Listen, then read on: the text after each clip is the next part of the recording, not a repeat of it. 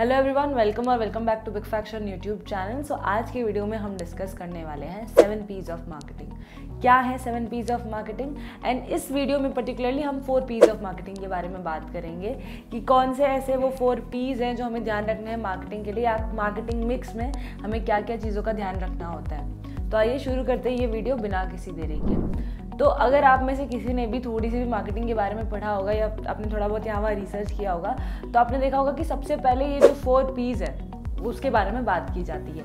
ये जो 4 P's है वो जनरली जो फिजिकल प्रोडक्ट्स होते हैं उनके लिए ये सफिशेंट होता है।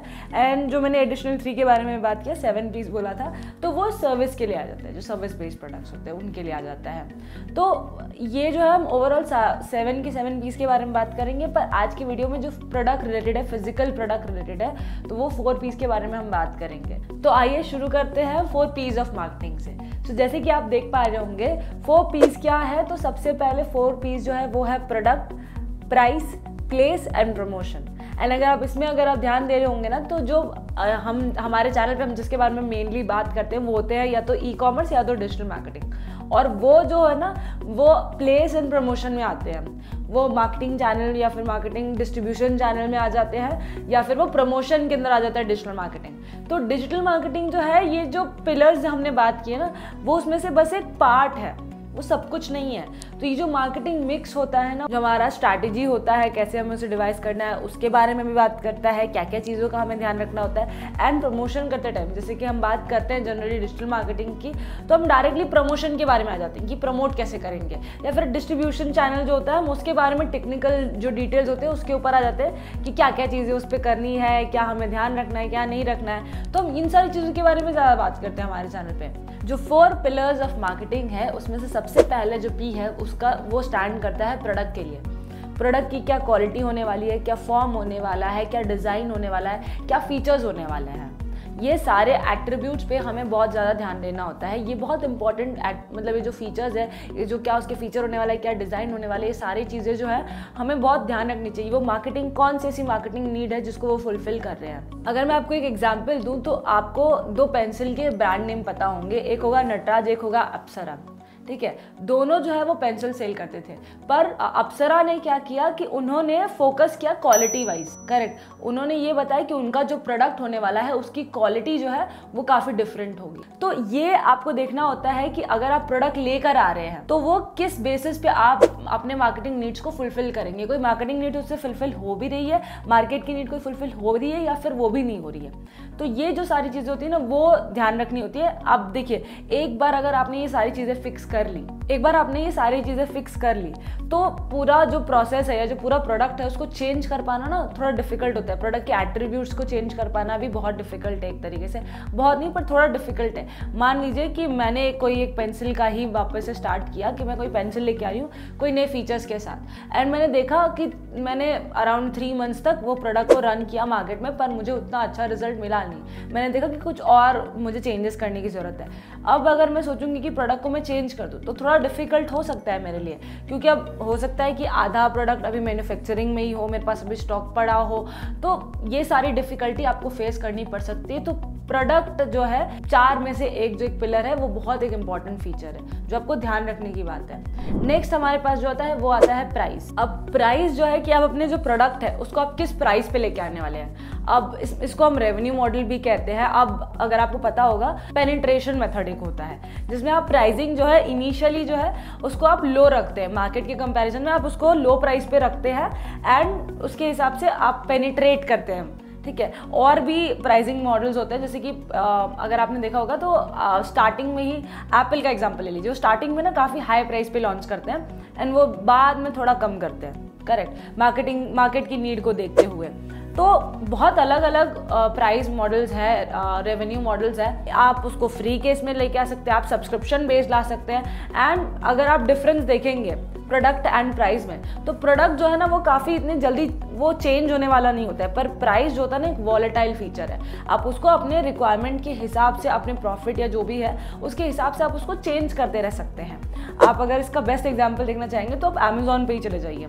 आप अगर कोई प्रोडक्ट ही ले लेंगे तो उसका प्राइसिंग जो है वो काफ़ी अच्छे तरीके से फ्लक्चुएट होता है। तो प्राइसिंग जो है वो आप देख सकते हैं कि अगर कोई नया प्रोडक्ट लेके आता है तो वो पेनिट्रेशन मेथड यूज़ कर लेता है कि इनिशियली मैं काफ़ी लो प्राइस रख के मैं मार्केट को पेनिट्रेट करूँगा, मार्केट के अंदर घुसूंगा, एंड देन वो मार्केट को देख के मैं बाद में अपना प्राइस जो है अकॉर्डिंगली बढ़ाऊंगा घटाऊंगा जो भी है, ठीक है। तो उसको पेनिट्रेशन मेथड कहते हैं। अब नेक्स्ट जो पी है वो हमारे पास आता है प्लेस। ये जो पी है प्लेस, ये एक तरीके से डिमांड को क्रिएट भी करता है, ये डिमांड को फुलफिल भी करता है। आप अगर कोई भी एक प्रोडक्ट ले लीजिए जहाँ पे मैं फिजिकल स्टोर पे जाके उसे मैं एक रिटेलर को दूंगी, ठीक है। अब रिटेलर के पास ही जो डिमांड है वो क्रिएट होती है, किसी भी पर्सन को वो प्रोडक्ट वहाँ से चाहिए होता है। कोई हार्डवेयर स्टोर हो गया, मान लीजिए किसी को कोई चीज़ चाहिए थी, ठीक है, एंड वहीं से जो डिमांड है वो फुलफिल भी होती है, डिमांड वहीं पे क्रिएट भी होती है, वहीं पे फुलफिल भी होती है। जो डिमांड एंड सप्लाई के लिए जो पूरा एक पॉइंट होता है वो प्लेस होता है। तो ये जो चारों पीज हम डिस्कस कर रही है काफ़ी ज़रूरी है कि हम इसे पहले से ही ध्यान दें कि अलाइंड है या नहीं है, आपके चारों पी अलाइंड है या नहीं सही तरीके से। अब एक और चीज़ आजकल आ गई है कि अब फिजिकल स्टोर्स भी हो गए हैं, ऑनलाइन स्टोर्स भी हो गए हैं। तो हम हमारे चैनल का एग्जांपल ले लेते हैं कि हम ई कॉमर्स के बारे में बात करते हैं, हम इसके बारे में बात करते हैं, डिजिटल मार्केटिंग के बारे में बात करते हैं, हम गूगल एड्स के बारे में बात करते हैं। तो अब यहाँ पे हमें डिफ्रेंशिएट करना भी आना चाहिए कि हमारा जो वेबसाइट है वो कौन से इसमें आता है। हमारे जो गूगल एड्स के बारे में हम बात करते हैं या हम एड्स के बारे में बात कर लेते हैं, मान लीजिए सोशल मीडिया एड्स के बारे में बात करते हैं, तो वो कौन से इसमें आता है। जो एड्स है हमारे वो प्लेस में नहीं आएंगे, वो हमारे प्रमोशन में आएंगे, एंड जो हमारा वेबसाइट है वो हमारा आ जाता है प्लेस के अंदर, करेक्ट। तो ये जो है हमें ध्यान रखने की ज़रूरत है कि हम किस पी के बारे में बात कर रहे हैं, वो हमें ध्यान रखना है। हम हमारे प्रोडक्ट को कैसे लेके आने वाले हैं, क्या उसका प्राइस रखने वाले हैं, किस प्लेस पे उसको लॉन्च करेंगे, कौन सा ऐसा चैनल होगा जहाँ पे इसकी डिमांड क्रिएट होगी और वहाँ से उसको सप्लाई भी करेंगे।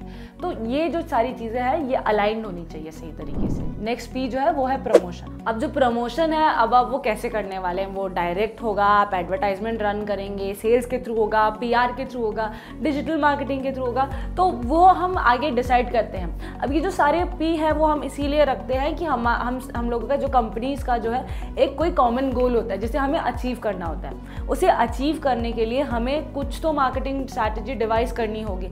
अब मार्केटिंग स्ट्रैटेजी हम डिवाइस करते हैं तो तब ये नहीं होता कि सिर्फ प्रमोशन कैसे रन होगा, तब हमें ये भी फोकस में लाना होता है कि हमारे क्या प्रोडक्ट्स को हम हाईलाइट करेंगे। हमारे पास हो सकता है कि बहुत अच्छी इन्वेंट्री हो, पर उसमें से कौन से प्रोडक्ट को हम आगे लेके जाएंगे, ऐसा कौन सा प्रोडक्ट है जो हमारे मार्केट में जो नीड्स हैं उसको सही तरीके से फुलफिल कर रहा है, ऐसा कौन सा प्राइसिंग है जो मार्केट को काफ़ी अच्छी तरीके से टारगेट कर पाएगा, ऐसे कौन सा डिस्ट्रीब्यूशन चैनल है जो सबसे बेटर होगा हमारे लिए। एंड देन लास्ट में आता है कि प्रमोशन के लिए हम क्या मेथड यूज़ करेंगे। हम सेल्स टीम रख लेंगे, PR होगा, या फिर डायरेक्टली एडवर्टाइजिंग के लिए जाएगा, या फिर डिजिटल मार्केटिंग का मेथड हम यूज़ करेंगे।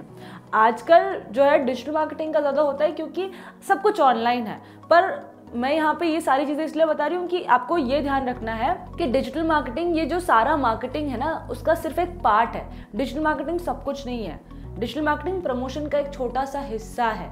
इसके अलावा और भी बहुत सारी चीज़ें होती हैं जब हम मार्केटिंग स्ट्रैटेजी के बारे में बात कर रहे होते हैं। तो ये आपके हैं 4 P's ऑफ मार्केटिंग। इसके अलावा और 3 P's है जो हम नेक्स्ट वीडियो में बात करेंगे, डिटेल में डिस्कस करेंगे कि क्या है वो 3 P's प्लस एडिशनल 3 P's क्या है। आई होप कि आपको कोई भी इसमें कोई डाउट ना हो। अगर आपको कोई भी डाउट है तो कॉमेंट करना ना भूलें। हमारे वेबसाइट के थ्रू भी हमें आप रीच आउट कर सकते हैं। अगर आपने अभी तक सब्सक्राइब नहीं किया है तो प्लीज़ सब्सक्राइब कीजिए, हमें हेल्प हो जाएगी। Thank you, follow us for more.